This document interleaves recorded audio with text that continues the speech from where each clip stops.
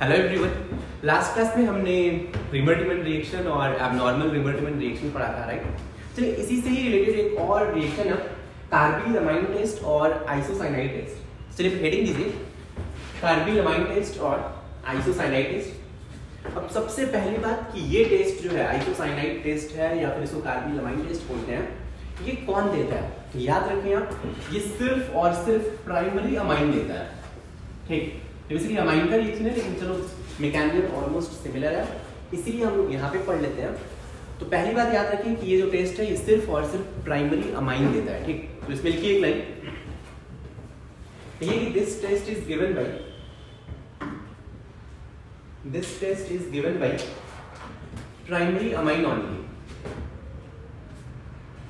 This test is given by primary amine only। तो चलिए इस पे एक क्वेश्चन लिखते हैं, एक प्रॉब्लम लिखिए।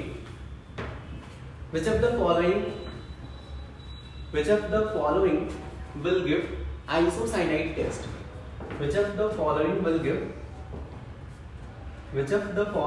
give isocyanide test? ये सारे ऑप्शन है, आपको बताना है कौन सा इनमें से आइसोसाइनाइड टेस्ट देगा।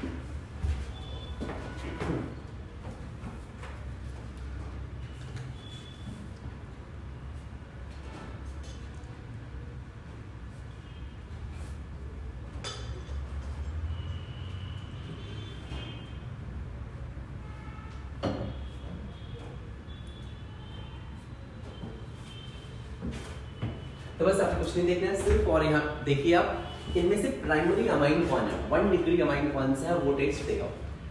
ऑप्शन 1 डिग्री अमाइन है, 1 डिग्री अमाइन होता है RNH2 लगना चाहिए, याद रखिए ये प्राइमरी अमाइन होता है, तो ऑप्शन 1 देगा प्राइमरी अमाइन है। ऑप्शन 2 NH2 लगा है तो ये प्राइमरी अमाइन है।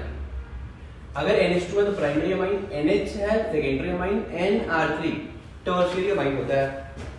सेकेंड टेस्ट देगा प्राइमरी अमाइन है, थर्ड भी प्राइमरी अमाइन है।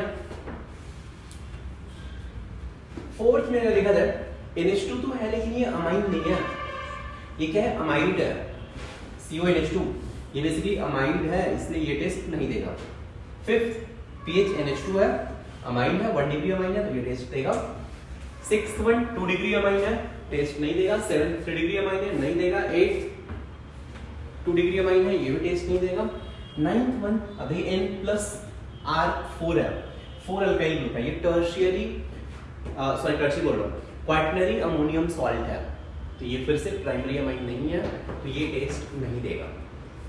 सिंपल है। देखते हैं अब ये रिएक्शन क्या है। बेसिकली यहाँ पे रिएक्शन क्या होता है, आइसोसाइनाइड टेस्ट RNH2 पे CHCl3 और KOH के साथ हीट करोगे तो आपको RNC मिलेगा। 1 डिग्री अमाइन पे अगर CHCl3 और KOH डालोगे तो RNC आइसोसाइनाइड मिलेगा। आइसोसाइनाइड मिलेगा, इसलिए इस टेस्ट को बोलते हैं आइसोसाइनाइड टेस्ट। आइसोसाइनाइड का बहुत ही गंदा स्मेल होता है, इसको बोलते हैं फाउल स्मेल बोलते हैं, इसको बहुत ही गंदा स्मेल होता है। जैसे ही आइसोसाइनाइड फॉर्म होगा तो आपको बहुत ही बुरा सा स्मेल मिलेगा, ठीक ना? आप स्मेल से ही फाइंड कर सकते हो कि आइसोसाइनाइड बन चुका है। चलिए अगर इसका मैकेनिज्म देखा जाए, आपको यहां से तो समझ में आ रहा होगा कि CHCl3 और KOH है तो क्या बनेगा, CHCl3 प्लस KOH से OH माइनस H प्लस के साथ मिलकर H2 बाहर निकलेगा और Cl माइनस बाहर निकलेगा। यहां से CCl2 एक लोन पेयर और एक वैकेंट ऑर्बिटल, कार्बीन बनेगा। आई होप इतना क्लियर है। अब क्या होगा, RNH2 देखिए, ये है आपके पास R NH2, नाइट्रोजन के पास लोन पेयर है, प्लस ये कार्बीन CCl2 वैकेंट ऑर्बिटल। अगर इस रिएक्शन के बारे में सोचा जाए तो देखिए यहाँ पे क्या होगा, नाइट्रोजन के पास लोन पेयर है और ऑक्टेट कंप्लीट है, मींस ये न्यूक्लियोफाइल हो सकता है। इस कार्बन का ऑक्टेट कंप्लीट नहीं है, मींस कार्बन के पास सिर्फ और सिर्फ 6 इलेक्ट्रॉन है, 6 इलेक्ट्रॉन है, इसीलिए ये कार्बन इलेक्ट्रोफाइल होगा। मींस ये क्या होने वाला है, ये एज अ न्यूक्लियोफाइल वर्क करेगा, ये एज एन इलेक्ट्रोफाइल वर्क करेगा। ये न्यूक्लियोफाइल इस इलेक्ट्रोफाइल पे अटैक करेगा, मींस इसके वैकेंट ऑर्बिटल में अटैक करेगा, और यहाँ पे प्रोडक्ट फॉर्म होगा R single bond N H H C Cl2 lone pair रहेगा, और यहाँ पे N पे प्लस रहेगा। N पे प्लस क्यों है, बिकॉज नाइट्रोजन ने अपना लोन पेयर डोनेट किया, तो नाइट्रोजन पे प्लस आ जाएगा। नेक्स्ट क्या होगा, बात करते हैं बेसिक मीडियम में। तो चलो मैं यहाँ पे OH माइनस यहाँ पे Cl से लिख देता हूँ। अब क्या होगा, OH माइनस आया है, KOH है, तो ये OH माइनस इस H प्लस पे अटैक करेगा। OH माइनस और H प्लस मिलके H2 बनाएंगे, और यहाँ से H2 बाहर जाएगा। क्लियर, मीन्स यहाँ से क्या बाहर जाने वाला है, H2 बाहर जाएगा। अब खुद से सोचिए, जैसे ही H2 बाहर जाएगा, OH माइनस और H प्लस मिलके H2 बाहर जाएगा, तो जो N पे प्लस था H प्लस की फॉर्म में बाहर निकल गया, मीन्स N पे न्यूट्रल हो गया। क्लियर है, मीन्स N के पास एक जस्ट न्यूट्रल रहेगा, मीन्स एक लोन पेयर रहेगा। लेकिन क्या होगा, ये जो लोन पेयर है ये इस पे अटैक करेगा, और यहाँ से Cl माइनस के फॉर्म में बाहर जाएगा। समझ में आ रही है, फिर से मैं आपको समझा रहा हूँ। OH माइनस है, तो OH माइनस यहाँ से H प्लस एक्सट्रैक्ट करेगा, H2 बाहर निकल गया। H प्लस के बाहर जाते ही, मीन्स अगर मैं आपको बताऊं कि कुछ कैसा बनने वाला है, ये R single bond N H C Cl Cl lone pair, एक लोन पेयर आ जाएगा। लेकिन ये लोन पेयर इस पे अटैक करेगा, यहाँ से Cl माइनस बाहर जाएगा। क्लियर है, तो यहाँ पे क्या बनने वाला है, यहाँ से Cl माइनस भी बाहर जाएगा, तो एक ही स्टेप में लिख देता हूँ। यहाँ से बन जाएगा R single bond N H double bond C single bond Cl lone pair, और यहाँ पे डेवलप हो जाएगा चार्ज प्लस। क्यों प्लस डेवलप होगा, बिकॉज यहाँ पे लोन पेयर ने डोनेट किया। नेक्स्ट स्टेप में क्या होगा, फिर से OH माइनस फिर से सेम काम करेगा। OH माइनस फिर से क्या करेगा, यहाँ से H प्लस जैसे बाहर जाएगा, फिर इस पर अटैक करेगा, Cl माइनस बाहर जाएगा। मीन्स यहाँ से H2 और Cl माइनस फिर से बाहर जाएंगे, OH माइनस इस H प्लस पर अटैक करेगा, यहाँ से H2 बाहर जाएगा, और यहाँ से Cl माइनस बाहर जाएगा। ये बॉन्ड इधर, ये बॉन्ड इधर, ये क्या बन जाएगा, R single bond N plus triple bond C पे लोन पेयर मतलब माइनस, बन गया isocyanide.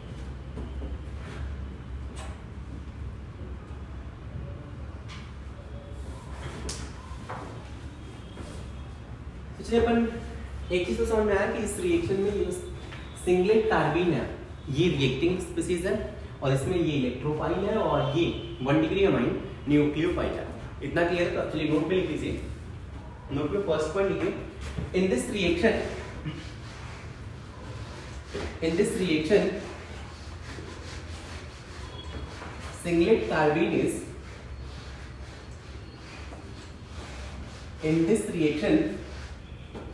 singlet carbene is the reacting species.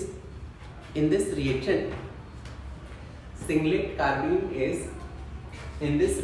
singlet carbene is reacting species. Point number 2, rate of reaction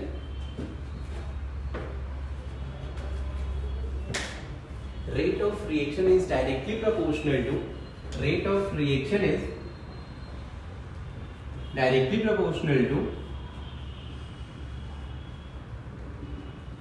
nucleophilicity of amine। यहाँ पे जो amine है ये nucleophile है, तो अगर न्यूक्लियोफिलिसिटी ज्यादा होगा तो फिर रेट ऑफ रिएक्शन ज्यादा होगा। मैं यहाँ पे बोल सकता हूँ rate of reaction is directly proportional to nucleophilicity of amine. Clear है, चलिए एक क्वेश्चन लिखिए, arrange the following compound arrange the following compound in the order of reactivity. Arrange the following compound in the order of reactivity towards isocyanide test. In the order of reactivity towards isocyanide test.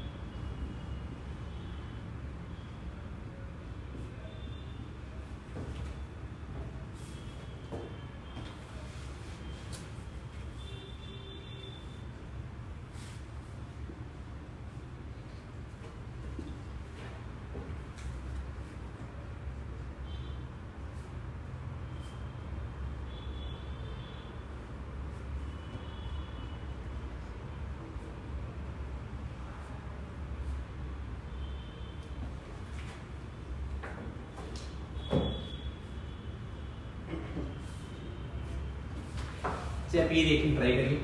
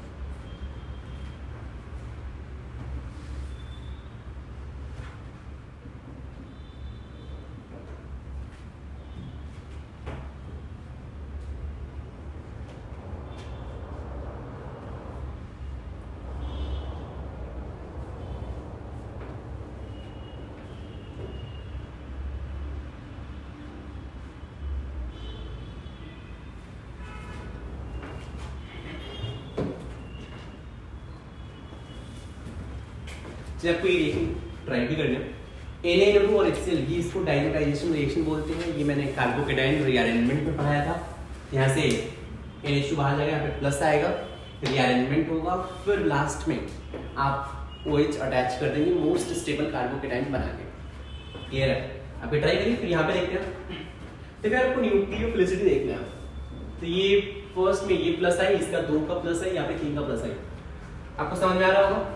सबसे strong nucleophile, सबसे ज्यादा electron density C में है, C के बाद B के बाद D। ये आंसर हो जाएगा फर्स्ट का। सेकंड में यहाँ पे PHNH2 है, इस NO2 का माइनस M इफेक्ट और इस OMe का प्लस M इफेक्ट। पैरा पे है तो plus M effect means electron donating group है, C सबसे ज्यादा, फिर A, फिर B। यहाँ पे ऑर्डर हो जाएगा C greater than A greater than B। Third देखा जाए, इसमें कोई ग्रुप नहीं लगा है। यहाँ पे NO2 मेटा पे है तो इसका माइनस I इफेक्ट होगा, पैरा पे है तो ये माइनस M इफेक्ट हो जाएगा। तो माइनस M से रिएक्टिविटी और कम होगा, माइनस I से थोड़ा सा डिक्रीज होगा। तो यहाँ पे order will be A greater than B greater than C। इसमें देखा जाए, देखो यार, इसका लोन पेयर रेजोनेंस में जा रहा है, इसका रेजोनेंस में नहीं जा रहा है, इसका भी नहीं जा रहा है, लेकिन इसमें ये बेंजीन का माइनस का इफेक्ट लगेगा, राइट?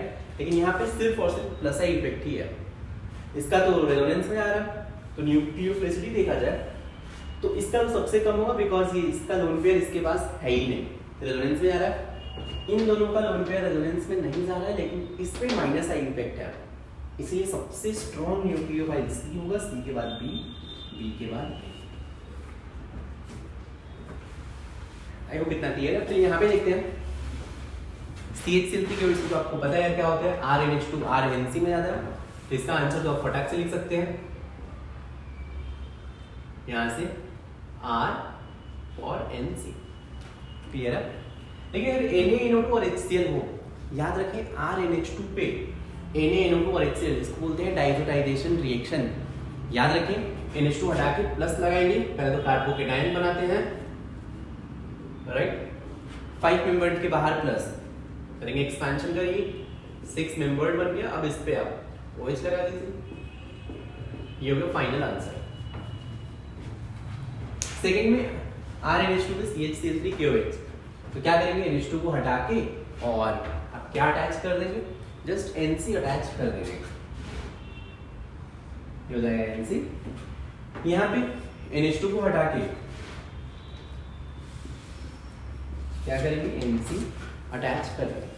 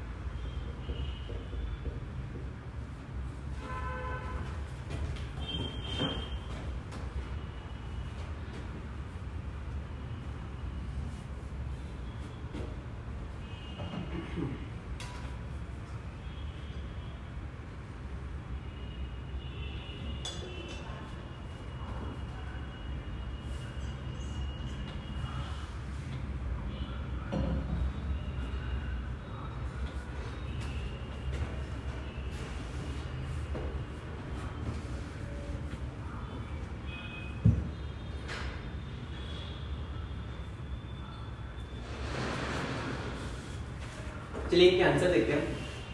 CHCl3 और KOH से RNH2 पे CHCl3 KOH, ये है आइसोसाइनाइड टेस्ट। यहाँ पे NH2 की जगह पे क्या आ जाएगा, NC आ जाएगा, राइट? ये NaNO2 और HCl है। पहले आप कार्बोकेटाइन बनाएंगे, रीअरेंजमेंट करेंगे और लास्ट में कार्बोकेटाइन पे OH अटैच कर देंगे आप,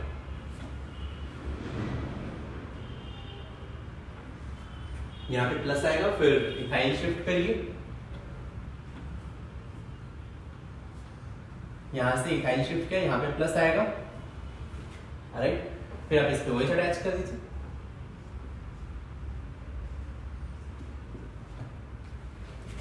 ये हो गया।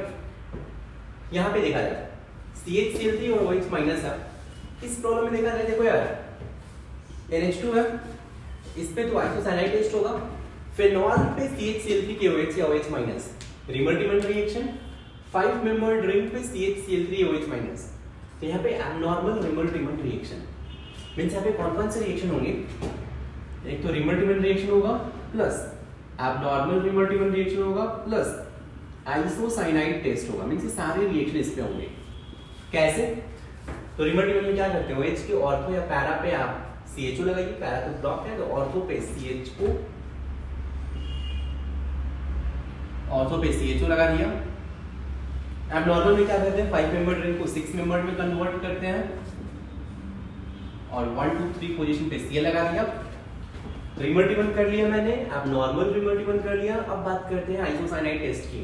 तो यहाँ पे क्या होगा, NH2 को किस में कन्वर्ट करना है, NC में, ऐसे NC, ये होगा आपका फाइनल प्रोडक्ट। यहाँ पे देखिए फेनॉल है, बेंजीन क्लोजर फेनॉल है, तो फेनॉल पे CHCl3 KOH Reimer Tiemann reaction, 5 membered ring पे CHCl3 KOH abnormal Reimer Tiemann reaction, CONH2 पे कुछ नहीं होता है, NH2 पे RNH2 पे 1 डिग्री अमाइन पे आइसोसाइनाइड टेस्ट होता है। अमाइड आइसोसाइनाइड टेस्ट नहीं देता, इसलिए इस पे कुछ रिएक्शन नहीं होगा, सिर्फ यहाँ पे और यहाँ पे रिएक्शन होगा। ये क्या बनेगा, OH, यहाँ पे CHO, COOH2 N और यहाँ पे क्या हो जाएगा, Cl हो जाएगा। क्लियर है? 7th देखा जाए, 7th में आप बोलेंगे, देखिए यहाँ पे ये फिर से यहाँ पे OH है, रिमल्टीमेंट रिएक्शन होगा, यहाँ पे आइसोसाइनाइड टेस्ट होगा और ये 5 मेंबर्ड रिंग है तो एबनॉर्मल रिमल्टीमेंट रिएक्शन होगा, means Reimer Tiemann reaction plus abnormal Reimer Tiemann reaction plus isocyanide test, तो ये होगा। यहाँ पे रिमल्टीमेंट रिएक्शन में OH आपको पता है पे ड्यूटेरियम है, तो CDO में जाता है। कल मैंने ऐसे एग्जांपल करवाए थे, CDO में NH2 ये NC में जाएगा, फिर ये 6 मेंबर्ड रिंग यहाँ पे क्लोरीन। ये हो गया फाइनल आंसर।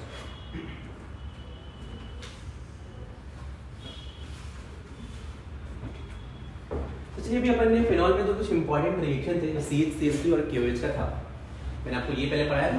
बेसिकली हमने कौन कौन से रिएक्शन पढ़े, रिमल्टीमेंट रिएक्शन, रिमल्टीमेंट कार्बोक्सिलेशन, फिर एबनॉर्मल रिमल्टीमेंट और ये आइसोसाइनाइड टेस्ट। क्लियर है? ये तो ध्यान रखें। अब से जाते हैं मेन रिएक्शन पे, 1 बाय 1 करके फिनॉल के रिएक्शन पे।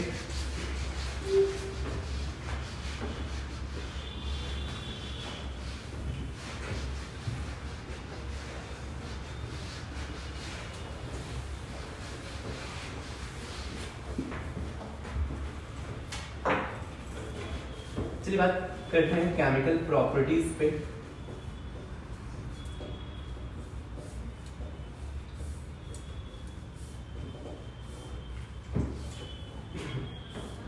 तो पहली बात आप ये याद रखें फिनॉल के बारे में, जो फिनॉल है इसको अपन कार्बोलिक एसिड बोलते हैं, राइट, क्योंकि इसका ये हाइड्रोजन एसिडिक है। अगर ये H+ डोनेट करेगा तो ये बन जाएगा PHO- प्लस H+। इसका जो Ka का वैल्यू होता है, आप लर्न नहीं करें तो भी चलेगा, 10⁻⁻10 होता है, राइट। अगर मैं एसिडिक स्ट्रेंथ के बारे में बात करूं तो PHOH एंड H2CO3 में आप बता सकते हैं कौन मोर एसिडिक होगा। PHOH का स्ट्रक्चर ऐसा है, H2CO3 का स्ट्रक्चर C⋅OH ऐसा होता है। तो H2CO3 में क्या होता है कि जो H+ निकालोगे O पे माइनस आएगा, राइट।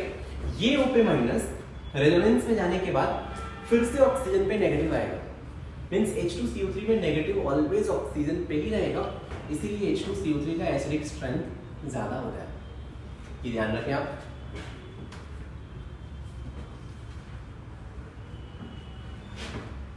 इसको तो अपन क्या बोलते हैं, H2CO3 को कार्बोनिक एसिड बोलते हैं।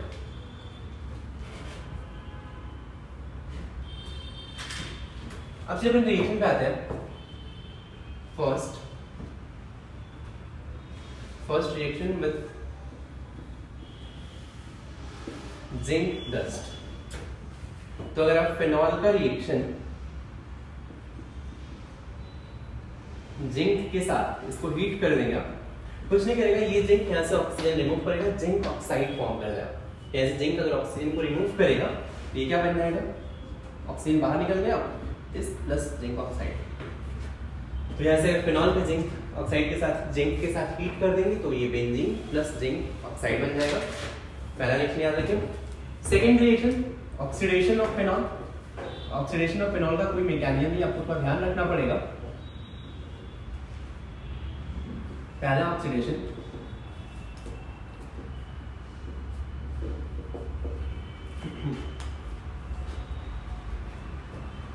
एयर ऑक्सीडेशन, मतलब फिनॉल पे O2 के साथ एयर से मिलेगा। अगर आप फिनॉल का अगर आप एयर ऑक्सीडेशन करते हैं तो ये बन जाएगा double bond to double bond, इसको बोलते हैं पैरा बेंजोक्विनॉल, और ये बेसिकली पिंक कलर का होता है, पैरा बेंजोक्विनॉल। सेकेंड आपको रिएक्शन याद रखना है विद K2Cr2O7। यहाँ भी रिएक्शन सेम है, मतलब फिनॉल पे अगर आप K2Cr2O7 और Na2Cr2O7 के साथ रिएक्ट करें तो ये बन जाएगा फिर से वही पैराबेंजोक्विनॉन बनेगा। थर्ड ऑक्सीडेशन है KMnO4 के साथ। Next is C with KMnO4।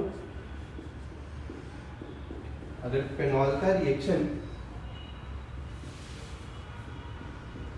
KMnO4 से किया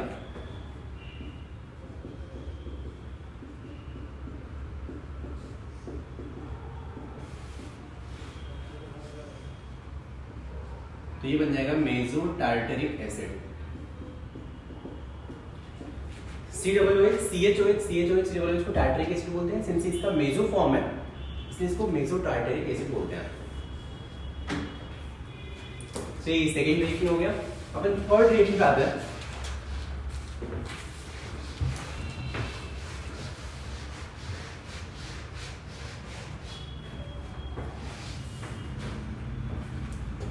चलिए मैं मिडिल में लिख देता हूँ। थर्ड रिएक्शन एक बार देखें आप,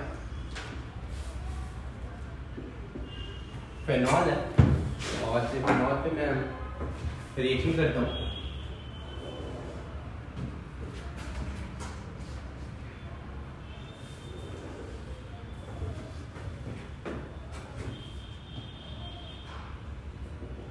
dilute HNO3,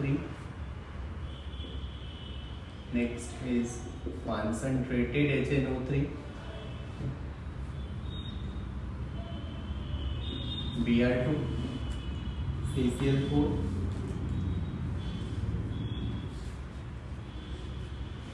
CCl4 और कार्बन डाइसल्फाइड। कोई भी आप नॉन पोलर सॉल्वेंट ले लें।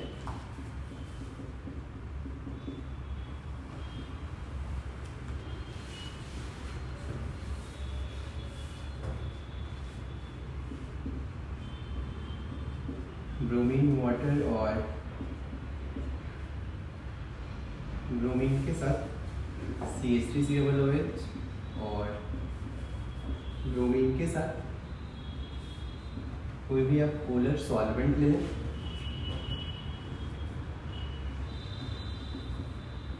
Concentrated H2SO4 high temperature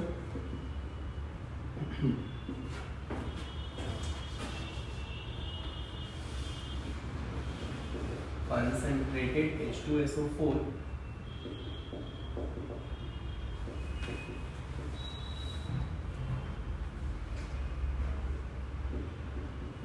CHCl3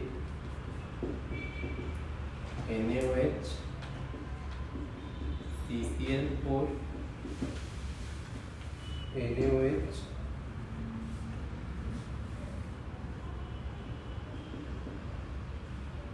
CO2 NaOH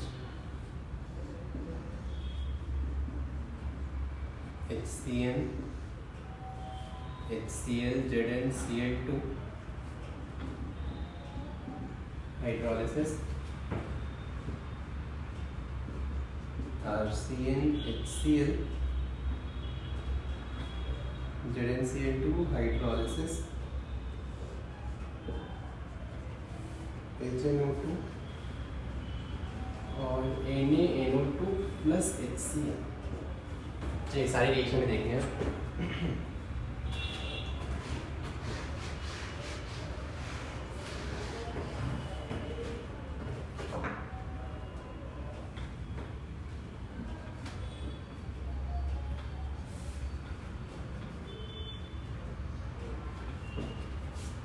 तो यहाँ पे देखते हैं OH पे डाइल्यूट HNO3।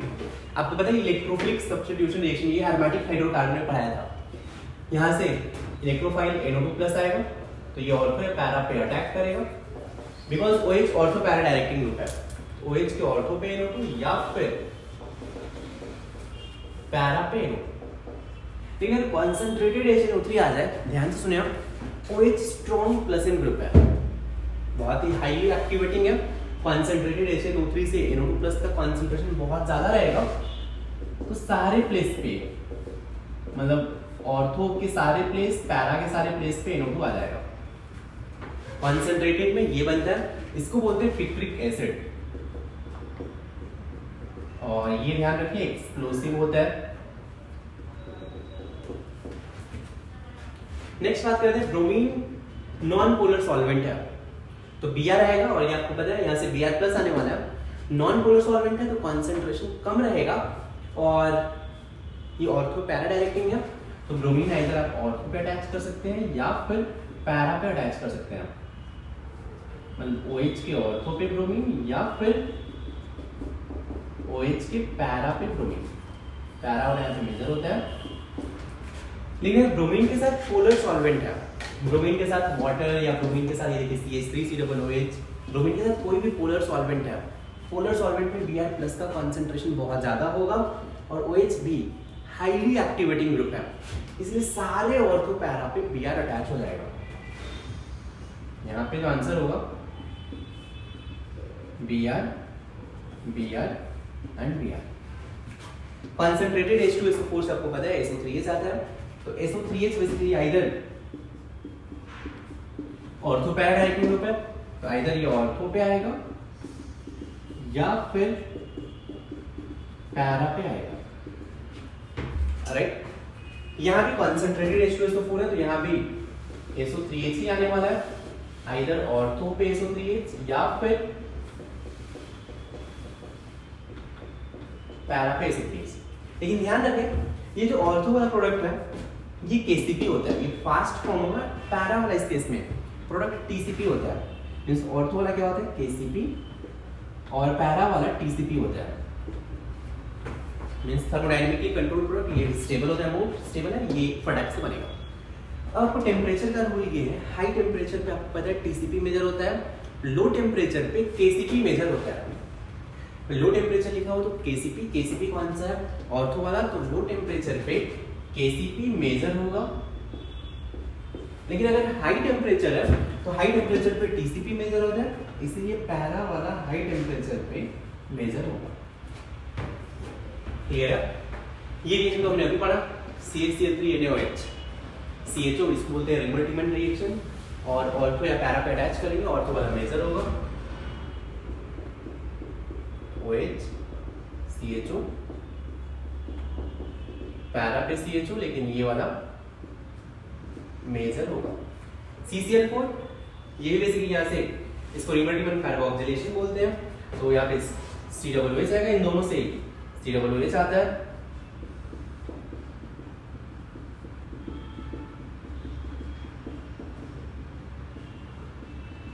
ऑर्थो वाला इन दोनों केस में मेजर होगा, इंट्रा बॉन्डिंग। HCN और HCl से आपको थोड़ा बहुत याद होगा, गैटरमैन रिएक्शन है ये। तो यहाँ पे क्या होता है, HCN से CHO आता है, OH, यहाँ पे CHO ऑर्थो पे प्लस CHO पैरा पे, लेकिन ऑर्थो वाला मेजर होगा यहाँ पे इंट्रा बॉन्डिंग। RCN से क्या आता है, आप एरोमेटिक हाइड्रोकार्बन पे नोट्स में देखना लिखा है ये C डबल बॉन्ड O आ जाएगा, फिर से ऑर्थो पैरा पे C double bond OR plus OH C double bond OR। HNO2, HNO3 से NO2 प्लस आता है, HNO2 से यहाँ पे इलेक्ट्रोफाइल क्या रहेगा, NO प्लस रहेगा। देखिए पहले सोचिए, HNO3 से इलेक्ट्रोफाइल NO2 प्लस है, तो अगर HNO2 हो जाएगा तो इलेक्ट्रोफाइल बेसिकली NO प्लस रहेगा, NO प्लस अटैच कर दीजिए ऑर्थो पैरा पे, तो पैरा वाला यहाँ पे जनरली मेजर होता है। ये हो गया इसकी रिएक्शन।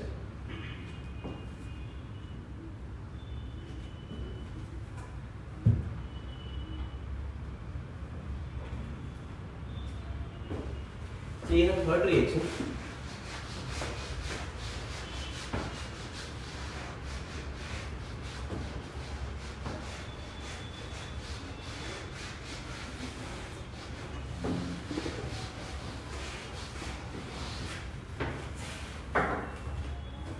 ये फोर्थ रिएक्शन आता है,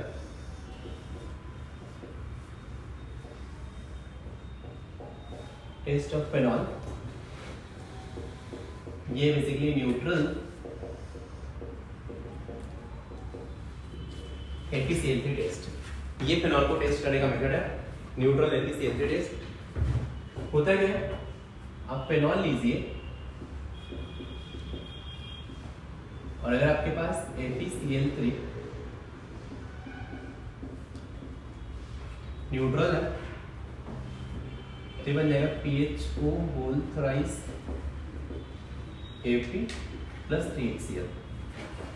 इसका कलर बेसिकली वायलेट होता है, इसको बोलते हैं फेरिक पेरोक्साइड। ठीक है, कलर पे नजर, कलर आपको कुछ भी डिफरेंट बुक में मिल सकता है, जैसे मान यहाँ पर रेड भी कहीं दिखता है, ब्लू दिखता है, कहीं पे ग्रीन दिखता है। बस याद आपको इम्पोर्टेंट ये है कि न्यूट्रल FeCl3 के साथ रिएक्ट करके कोई कलर दे रहा है, मतलब ये फेनॉल है। ठीक, ये इंपॉर्टेंट है, ये ध्यान रखें आप।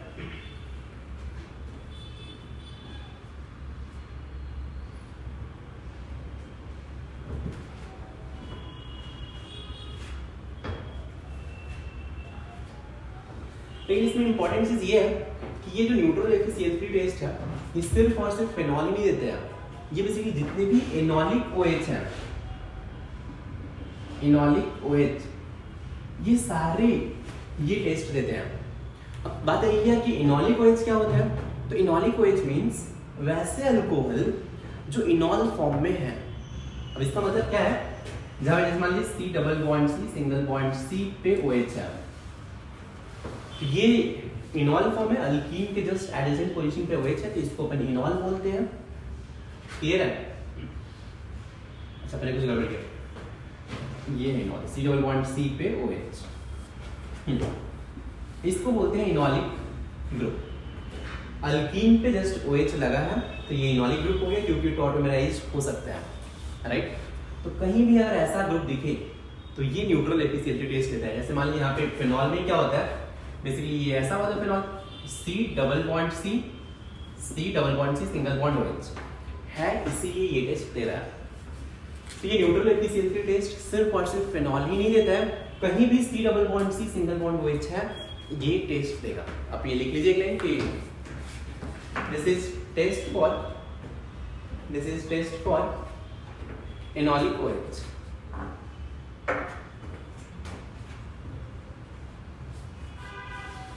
एक क्वेश्चन लिखिए, which of the following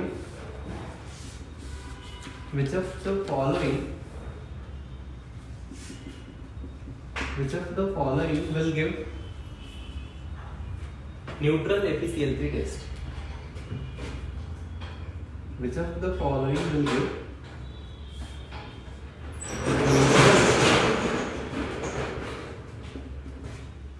FeCl3 test.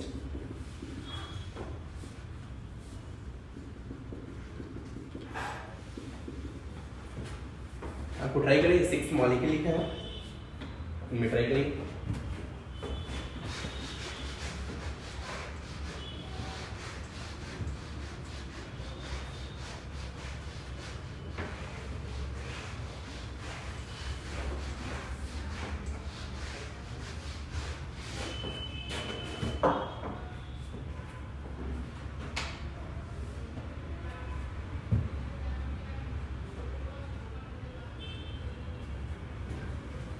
चलिए यहाँ पे देखते हैं, फर्स्ट टेस्ट नहीं देगा, सेकंड फिनोलिक OH नहीं देगा, थर्ड भी नहीं है, नहीं देगा, फोर्थ ये टेस्ट देगा।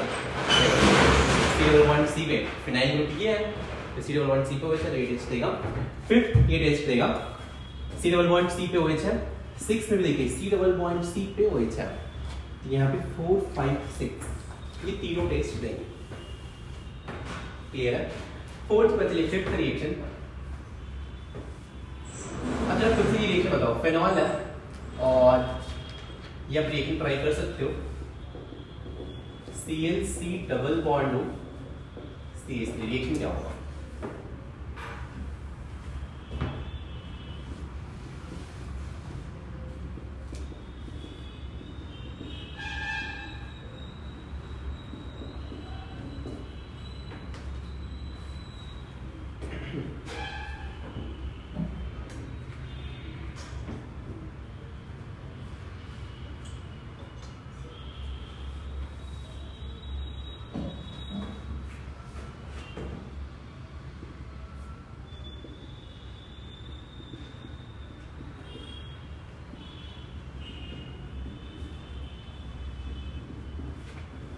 आपको तब तक ये 5 में दोनों रिएक्शन ट्राई करने हैं।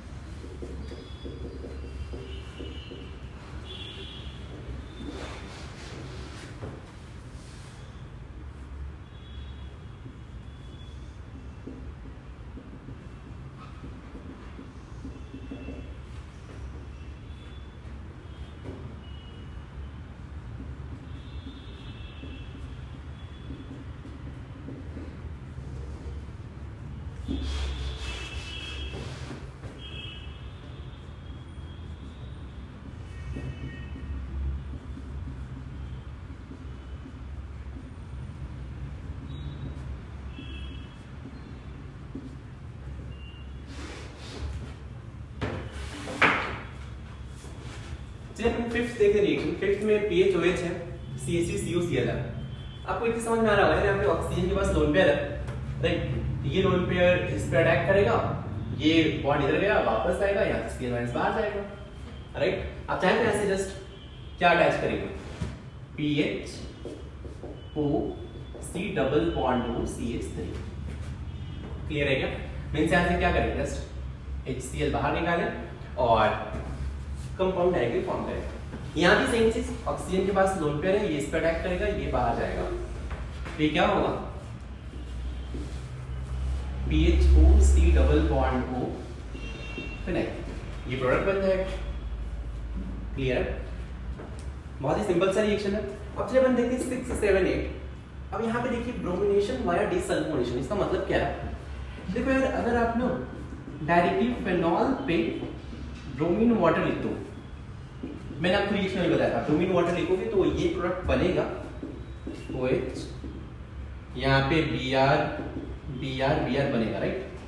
ये बनता है, लेकिन ये बन तो जाता है, लेकिन इसका जो प्रोडक्ट बनने का ये मेथड है ये बहुत अच्छा नहीं है। क्यों नहीं है? रीजन इसके यहाँ पे जो ब्रोमीन वाटर है ये माइल्ड ऑक्सीडाइजिंग एजेंट होता है। ये क्या करेगा, फिनॉल को थोड़ा बहुत ऑक्सीडाइज भी कर सकता है, राइट। तो अपन क्या करते हैं, अगर आपने इस पे डायरेक्टली ब्रोमीन वाटर डाला तो since OH strong activator group है, तो क्या होगा, बेंजीन का रिएक्टिविटी इंक्रीज कर देगा, तो बेंजीन ऑक्सीडाइज भी हो सकता है, राइट। अपन क्या करते हैं, यहाँ पे थोड़ा सा -M ग्रुप लगा देते हैं। -M ग्रुप लगाने से क्या होता है, बेंजीन पे मैंने डीएक्टिवेटर लगा दिया, डीएक्टिवेटर लगाने से इसका रिएक्टिविटी कम हो गया। ध्यान से सुने, SO3H लगाने से फायदा क्या होगा, ये डीएक्टिवेटर से इसका रिएक्टिविटी कम हो गया। अब ये बेंजीन रिंग या फिनॉल ऑक्सीडाइज नहीं होगा। अब क्या होगा, ब्रोमीन वाटर से आपको पता है BR आएगा, लेकिन आपको पता है SO3H का मैंने आपको बताया डीसल्फोनेशन होता है, ये इजीली रिप्लेस हो जाता है। तो यहाँ पे क्या बनेगा, OH, इसके प्लेस पे Br, यहाँ पे Br, यहाँ पे Br, सारे प्लेस पे Br आ जाएगा।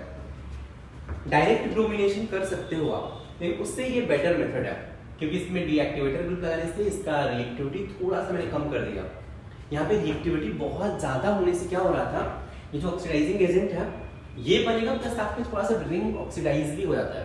तो अपने को ऑक्सीडेशन रोकने के लिए हमने इस पे डीएक्टिवेटर ग्रुप लगाया। यहाँ भी सेम चीज, कॉन्सेंट्रेटेड HNO3 ये भी ऑक्सीडाइजिंग एजेंट होता है, तो ये ऑक्सीडाइज कर देता है।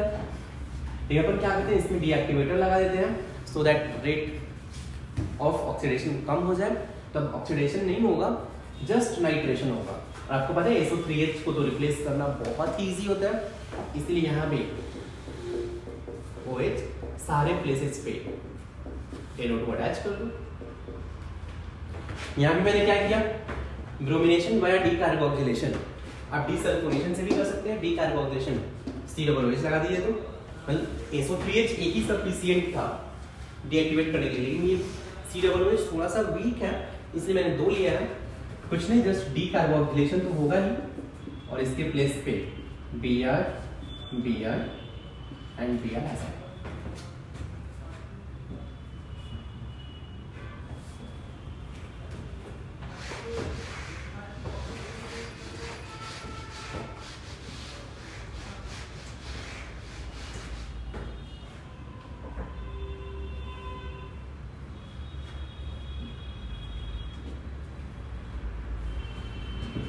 सिर्फ 9th रिएक्शन डाला है, प्रिपरेशन ऑफ फेनोल्फथैलीन।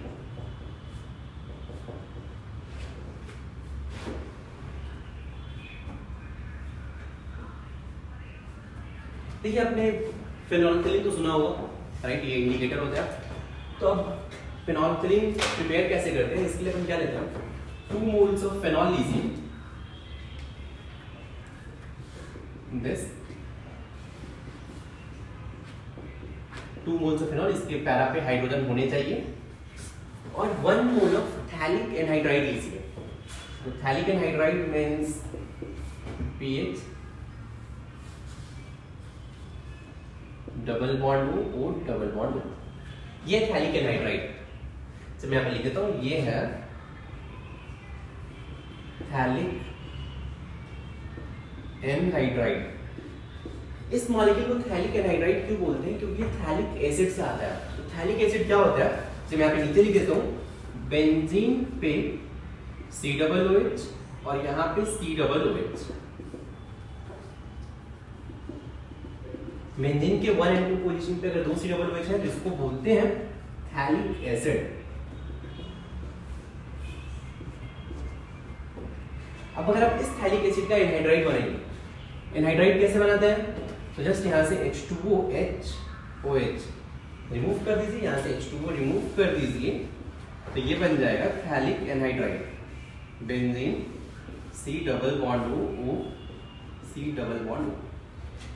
सिंस ये थैलिक एसिड का एनहाइड्राइड है, इसलिए इसे बोलते हैं थैलिक एनहाइड्राइड, राइट। ये थैलिक एनहाइड्राइड हो गया। अगर आप 1 मोल ऑफ थैलिक एनहाइड्राइड लीजिए, 2 मोल्स ऑफ फेनॉल ले लीजिए, और अगर आपने कॉन्सेंट्रेटेड H2SO4 ऐड कर दिया, आपको पता है कॉन्सेंट्रेटेड H2SO4 क्या होता है, ये डिहाइड्रेटिंग एजेंट होता है। डिहाइड्रेटिंग एजेंट मींस ये यहाँ से पानी निकालेगा क्या होगा यहाँ से H2 वो बाहर जाएगा। कैसे? ये H2 वो बाहर निकाल दीजिए, समझ में आ रहा है? तो क्या बनेगा ये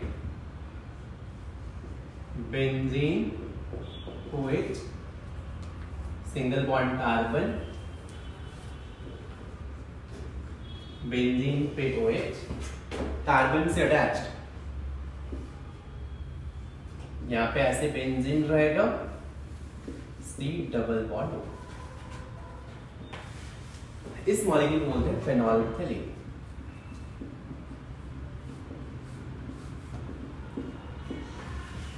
कुछ नहीं किया, बस इस कार्बन से इसको और इसको अटैच कर दिया है।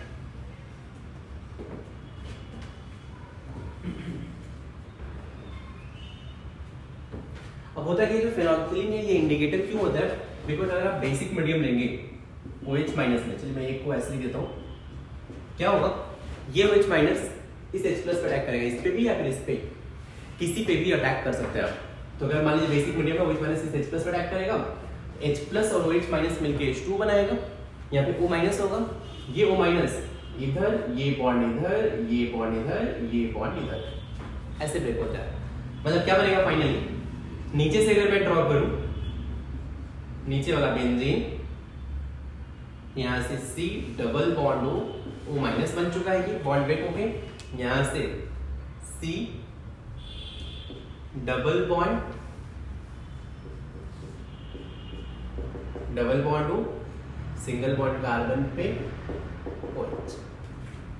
तो ये फेनोल्फथालीन का अनआयोनाइज्ड फॉर्म है, ये है अनआयोनाइज्ड फॉर्म, और ये फेनोल्फथालीन का आयोनाइज्ड फॉर्म है। तो इसका कलर डिफरेंट होता है, इसका कलर डिफरेंट होता है, इसलिए अगर फेनोल्फथालीन है अनआयोनाइज्ड फॉर्म है, इसका कलर कुछ और रहेगा। जैसे ही बेस ऐड करोगे, बेस ऐड करते ही ये आयोनाइज हो जाएगा, इसका कलर डिफरेंट होगा, इसीलिए ये बेसिक मीडियम में कलर चेंज शो करता है।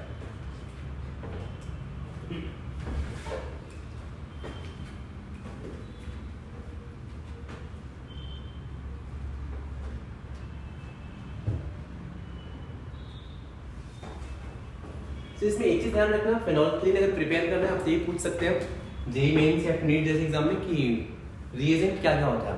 याद रखें 2 मोल्स फेनॉल होता है and 1 mole of phthalic anhydride होता है, याद रखिए।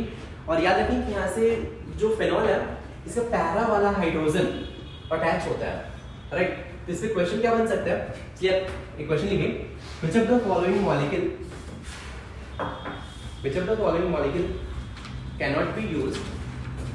cannot be used for preparation of, which of the following molecules cannot be used for preparation of phenolphthalein? Which of the following molecule cannot be used for preparation of phenolphthalein? आपके पास ये 4 option है, 1 2 3 4, try करिए।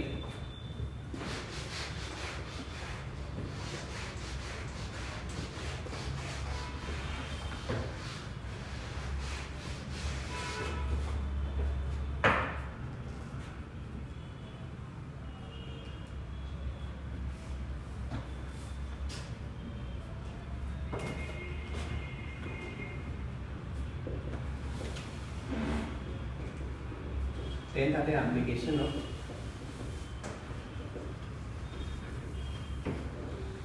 Salicylic acid.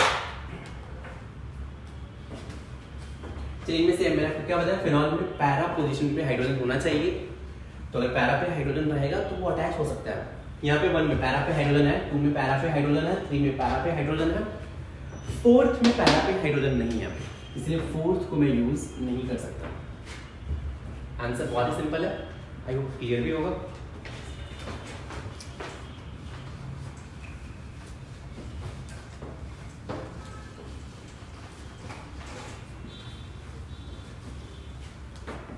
Next आता है application of salicylic acid. Salicylic acid क्या होता है, आपके पास COOH है और यहाँ पे OH है, इसको अपन सैलिसिलिक एसिड बोलते हैं। आपको बस मैं एक रिएक्शन बताया तो सारे रिएक्शन अभी अपन वैसे ही करने वाले हैं। याद रखिए ROH प्लस RCOOH, एसिड और अल्कोहल मिलके क्या बनाते हैं, एस्टर बनाते हैं। एसिड से OH, अल्कोहल से H जाएगा तो ये ROCOR बनता है। याद रखिए एसिड हमेशा अल्कोहल से रिएक्ट करेगा, ये याद रहेगा आपको। चलिए अपन रिएक्शन देखते हैं। सैलिसिलिक एसिड है, आपने इसको मिथेनॉल से रिएक्ट किया in the presence of concentrated H2SO4। सोचिए प्रोडक्ट क्या बनेगा।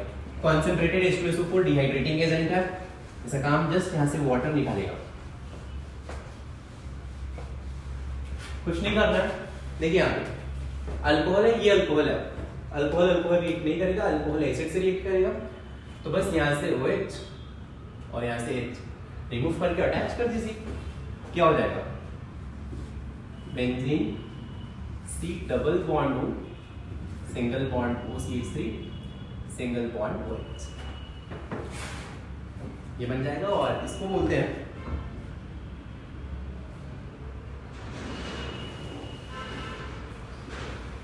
मिथाइल सैलिसिलेट, और इसका एक और नेम है ऑयल ऑफ विंटर ग्रीन। और ये इसको यूज कहाँ है, तो यूज्ड इन बाम, जो झंडू बाम होता है उसमें पर यूज करते हैं। एक ये पेन रिलीफ में काम करते हैं, इसलिए मिथाइल सैलिसिलेट का मेडिसिन में यूज होता है।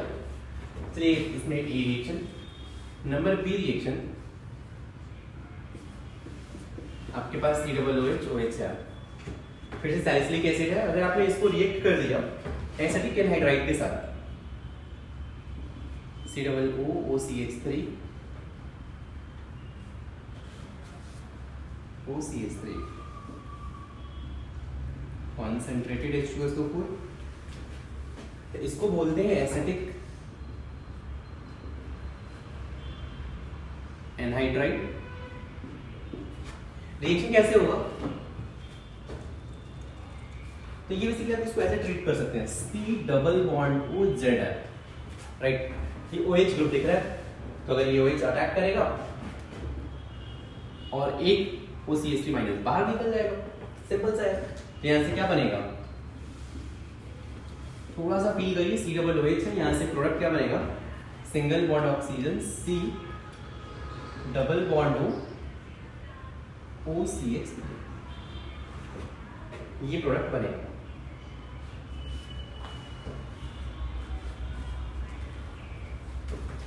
इसको बोलते हैं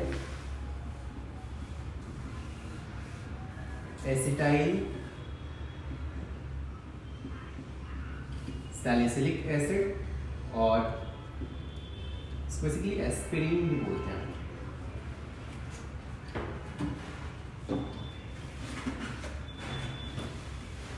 एस्पिरिन का यूज आपको शायद पता ही होगा, सुना भी होगा आपने, बदन दर्द, जोड़ों का दर्द, सूजन हो, इन सब में एस्पिरिन यूज करते हैं। तो लिख लीजिए यूजेज ऑफ एस्पिरिन। तो एस्पिरिन इज यूज्ड एज, ठीक है, aspirin is used as, first अगर मेडिकल टर्म बोला जाए तो फर्स्ट है इसको एनाल्जेसिक। एनाल्जेसिक मीन्स ये पेन रिलीफ में यूज होगा, अगर बदन दर्द है तो आप एस्पिरिन यूज बोल सकते हैं, ले सकते हैं, इसको एनाल्जेसिक बोलते हैं। Second antipyretic, antipyretic, pyretic means heat, तो अगर बहुत ज्यादा हीट है या फिर बहुत ज्यादा फीवर है तो फिर आप एस्पिरिन ले सकते हैं, तो इसको बोल सकते हैं रिड्यूसेस फीवर। थर्ड एंटी-रैंटॉइड, मतलब रिड्यूसेस जॉइंट पेन, अगर जॉइंट पेन है तो भी आप ले सकते हैं। Fourth anti inflammatory,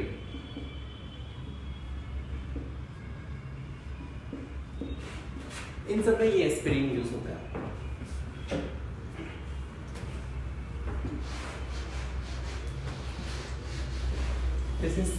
third reaction है सैलिसिलिक एसिड राइट। इसके साथ अगर मैं फेनॉल ले लूं, ये रिएक्शन तो आप खुद से ही कर सकते हो यार, दिस प्लस फेनॉल। एक चीज आपको क्लिक कर रहा होगा, फेनॉल है मींस अल्कोहल है, अल्कोहल है, यहाँ पे अल्कोहल एसिड है, तो अल्कोहल एसिड के साथ रिएक्ट करके एस्टर बनाता है, तो अल्कोहल का रिएक्शन एसिड के साथ करेंगे, जिसका OH जिसका H निकाल दो यार, क्या बनेगा OH C double bond O PH, ये हो जाएगा आपका फाइनल प्रोडक्ट।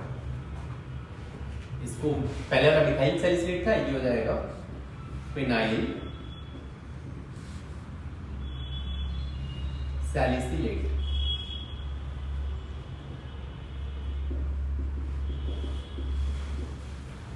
ये बेसिकली एंटीसेप्टिक होता है, इससे जो डिटॉल लाइफबॉय में यूज करते हैं एंटीसेप्टिक, तो ये फिनाइल सैलिसिलेट है।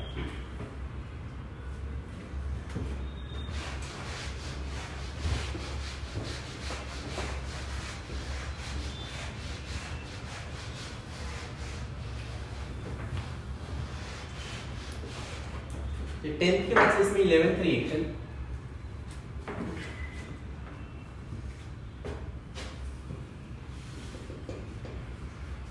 ये है लेवरमैन नाइट्रोसो टेस्ट।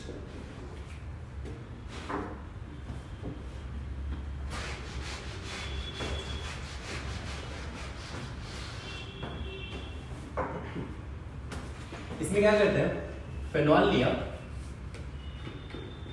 और इसको HNO2 के साथ रिएक्ट करते हैं। ठीक, तो ये रिएक्शन तो आपको पता ही है, HNO2 के साथ यहाँ पे क्या है, NO प्लस आता है इलेक्ट्रोफाइल, और पैरा पे अटैच कर दो, ये OH single bond N double bond O। चलिए मैं इसका टॉटमराइज कर देता हूँ इसको। अगर मैं इसको टॉटमराइज कर दूंगा तो मैं इसको ऐसे लिख देता हूँ, तो ये बॉन्ड इधर, फिर ये बॉन्ड इधर, ये बॉन्ड इधर, ये बॉन्ड इधर, तो टॉटमराइज होने के बाद ये क्या बनेगा, double bond O double bond N single bond OH। इसको बोलते हैं क्विनोन ऑक्साइन, ये रेड कलर का होता है। अगर आप इसको इथेनॉल में ऐड कर दो C2H5OH तो कलर ग्रीन हो जाएगा, फिर से वाटर में ऐड कर दो तो ये रेड हो जाएगा, इसलिए यहाँ पे इंडोफेनॉल आयन बनता है रेड कलर, और फिर लास्ट में NaOH ऐड करो तो ब्लू कलर बनता है। ये बेसिकली सोडियम सॉल्ट होता है, बस अब एक कलर याद रखना है। ठीक, HNO2 के साथ ये पैरा पे NO अटैच हो जाएगा, लेकिन अगर मैं टॉटमराइज करूँ तो क्विनोन ऑक्साइन होता है रेड कलर का, इथेनॉल ऐड किया तो ग्रीन, वाटर ऐड कर दिया फिर से रेड, और NaOH में ब्लू कलर हो जाता है। इस टेस्ट को बोलते हैं लेवरमैन नाइट्रोसो टेस्ट। 12th रिएक्शन पे आता है,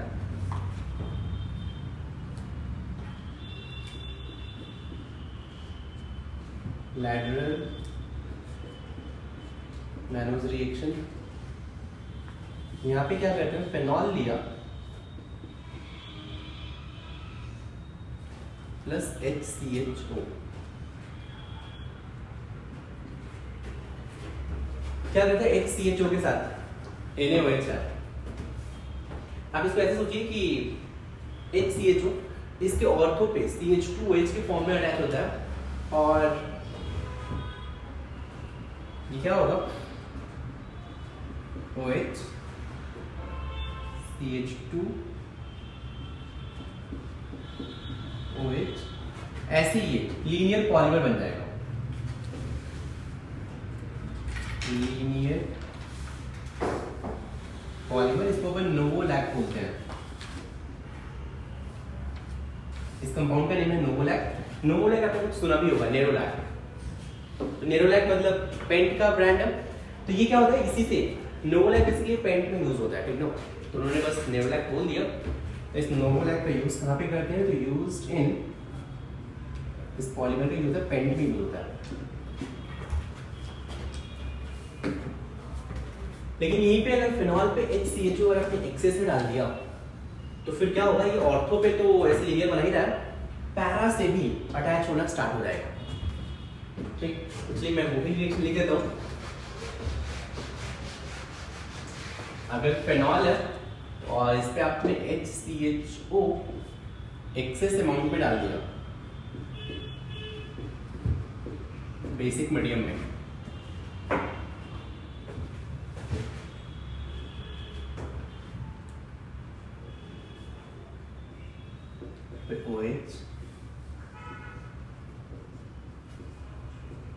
OH और CH2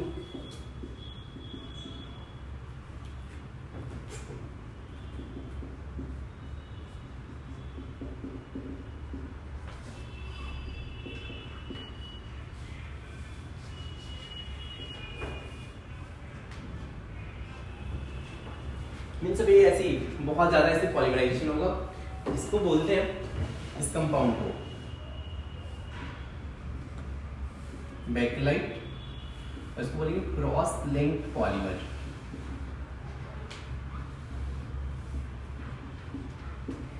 देखिए अगर एक लाइन में जस्ट वन लाइन में अगर पॉलीमराइजेशन हो तो इसे लीनियर पॉलीमर बोलेंगे, इसको नोवोलैक बोलते हैं, पेंटिंग होता है। क्रॉस लिंकिंग हो जाए, ये तो हो साथ में क्रॉस लिंकिंग भी हो जाए तो इसे क्रॉस लिंक पॉलीमर बोलते हैं, इसे बैकलाइट बोलते हैं इस पॉलीमर को। बैकलाइट कहाँ पे यूज होता है, इस पॉलीमर का यूज अपन इलेक्ट्रिकल स्विच बनाने में यूज करते हैं। आप ये भी लिख लीजिए,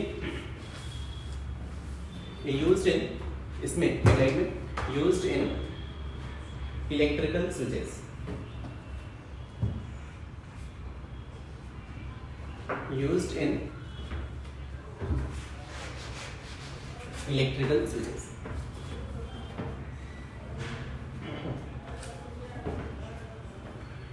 चलिए ये बेसिकली 12 मेन रिएक्शन। चलिए एक दो और रीअरेंजमेंट है इस टॉपिक पे, चलो वो भी देख लेते हैं। रीअरेंजमेंट 13 हेडिंग दीजिए प्राइस रीअरेंजमेंट।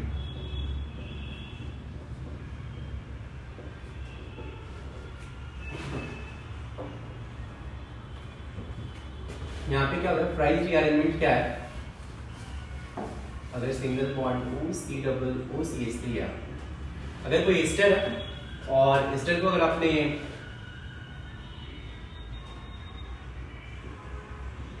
एनहाइड्रस AlCl3 में हीट कर दिया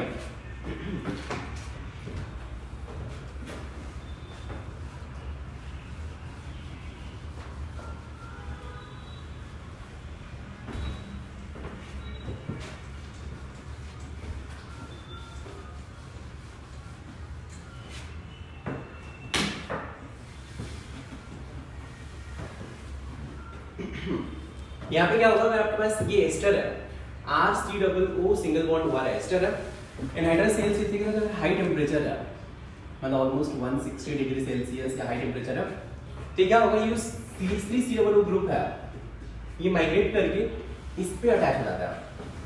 हाई टेम्परेचर पे ऑर्थो पे आएगा, means product will be OH and ortho पे COOCH3 है। लो टेम्परेचर है, ऑलमोस्ट 60 डिग्री सेल्सियस या फिर लो टेम्परेचर है, ये पैरा पे आ जाता है COOCH3OH।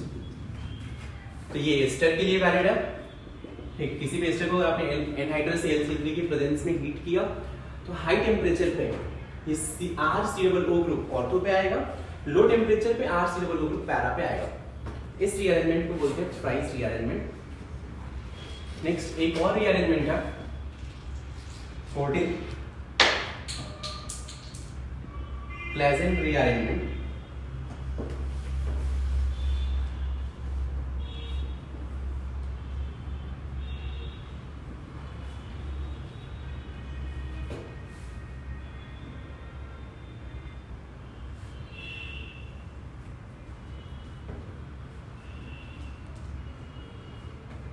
ये रिएक्शन है फिनॉल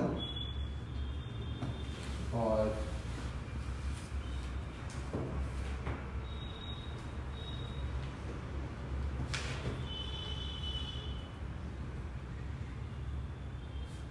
सिंगल बॉन्ड O,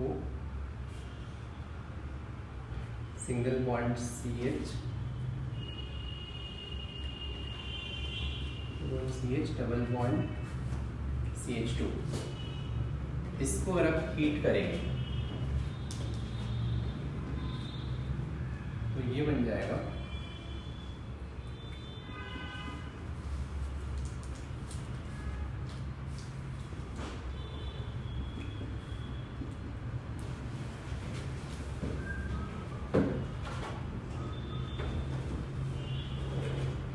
ये तो ध्यान रखिए, इसमें अगर मैं इस कार्बन को बोल रहा हूँ अल्फा, इस कार्बन को बोल रहा हूँ बीटा और इस कार्बन को बोल रहा हूँ गामा। ठीक, तो बेसिकली अल्फा ये रहेगा, बीटा ये रहेगा, गामा ये रहेगा।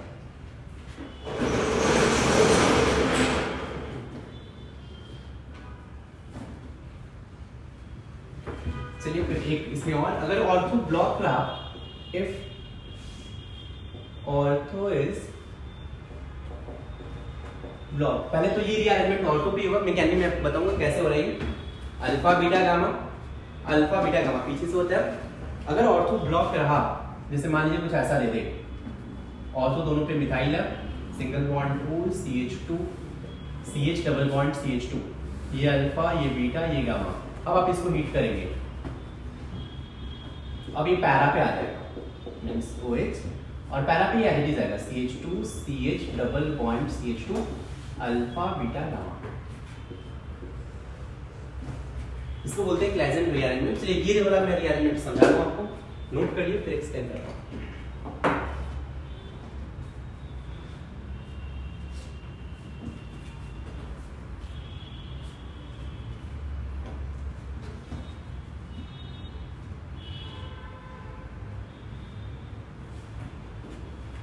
देखिए इसका मैकेनिज्म बता रहा हूं। इसका मैकेनिज्म कैसा है,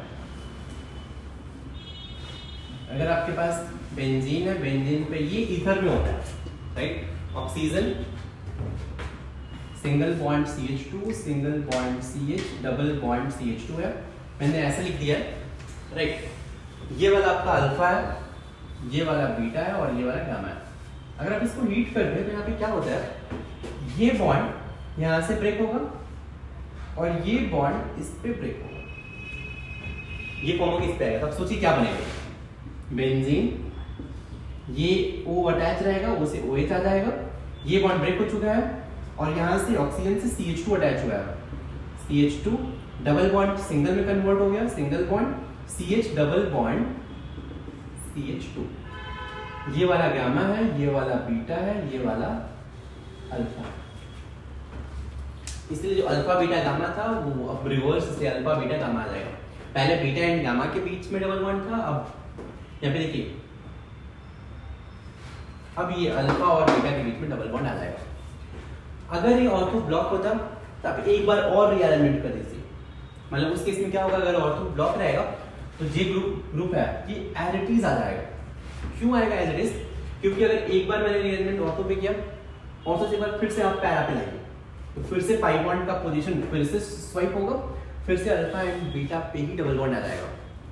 क्या बोला मैंने कि अगर ऑर्थो रहेगा तो पहले बीटा और गामा पे डबल बॉन्ड था, तो रीअरेंजमेंट के बाद क्या हो रहा है, अल्फा एंड बीटा पे डबल बॉन्ड और ये गामा से अटैच हो जाएगा, राइट। एक बार अगर और रीअरेंजमेंट हो जाए, अब एक बार अगर मैं फिर से रीअरेंजमेंट कर दूं, ये बॉन्ड इस पे अल्फा को अटैच कर दूं, alpha single bond beta double bond gamma आ जाएगा, जैसा था वैसे ही आ जाएगा। ठीक, चलिए मैं आपको एक एग्जांपल दे रहा हूँ, आपको ये समझ में आ गया तो ये प्रैक्टिस कर लीजिए, आपको समझ में आ जाएगा। सिंगल बॉन्ड हो, CH single bond CH3 CH double bond CH2, इसको हीट करना है। खुद से सोचिए क्या होगा।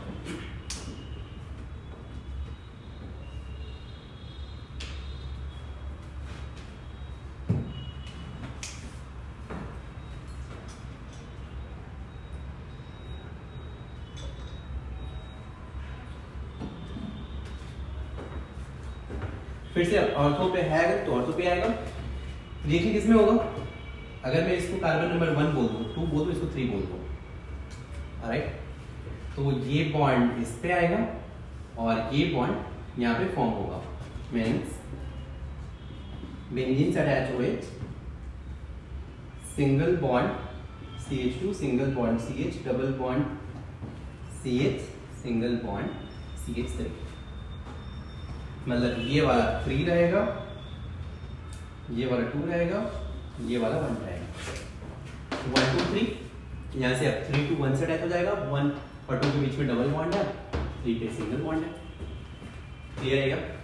चलिए ये था आपका alcohol phenol ether. Next class से अपन एल्डिहाइड कीटोन स्टार्ट करेंगे। आज के इतना ही। Thank you so much.